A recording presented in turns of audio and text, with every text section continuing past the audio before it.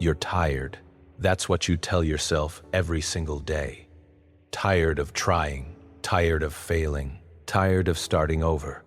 But let me ask you something nobody else will ask you. When did you last do something that actually scared you?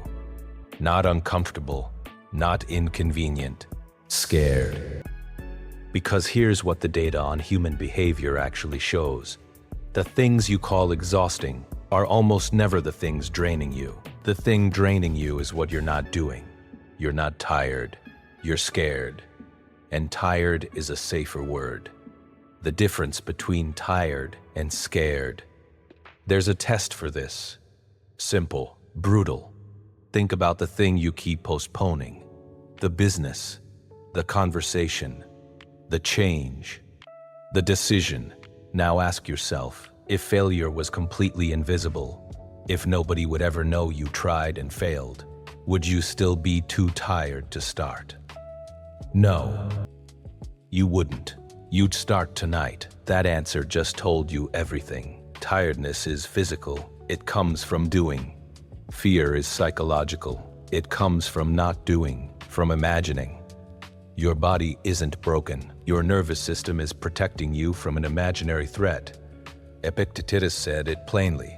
It's not what happens to you, but how you react to it that matters. He wasn't talking about big disasters. He was talking about this moment. Right now, the thing you're calling exhaustion, your reaction to the unknown is fear. Your label for that fear is tired. And as long as you keep that label, nothing changes.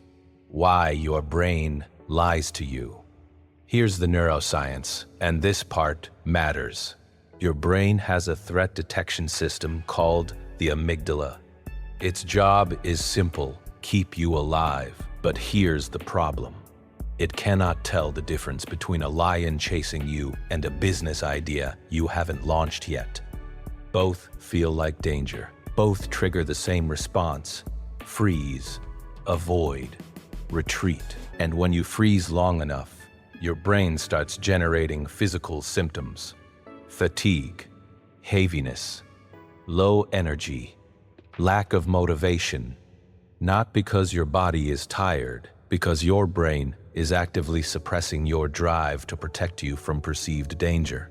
Psychologists call this avoidance fatigue, exhaustion created not by action, but by the chronic mental weight of avoiding something important.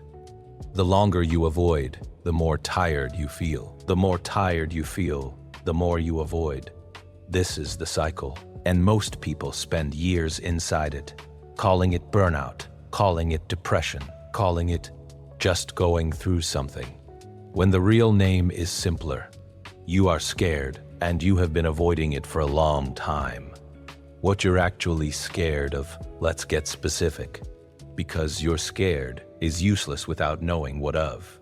There are 3 fears running your avoidance, and one of them is yours. Fear number 1, fear of exposure. You're scared that if you try, really try, and fail, people will see who you actually are. Not the potential version, not the one-day version. The real, flawed, struggling version. This is why people stay in planning mode forever. A plan can't fail, only execution can. As long as you're working on it, you're protected.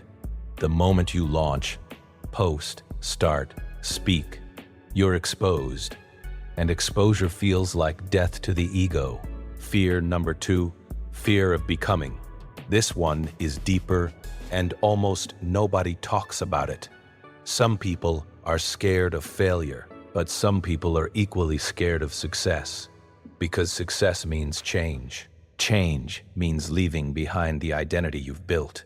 The struggle, the excuses, the story of why you haven't made it yet. That story is comfortable. It explains everything. Success destroys it. Marcus Aurelius wrote, "The impediment to action advances action. What stands in the way becomes the way." He understood that resistance isn't just external. Sometimes you are the obstacle, not your circumstances, not your past, you.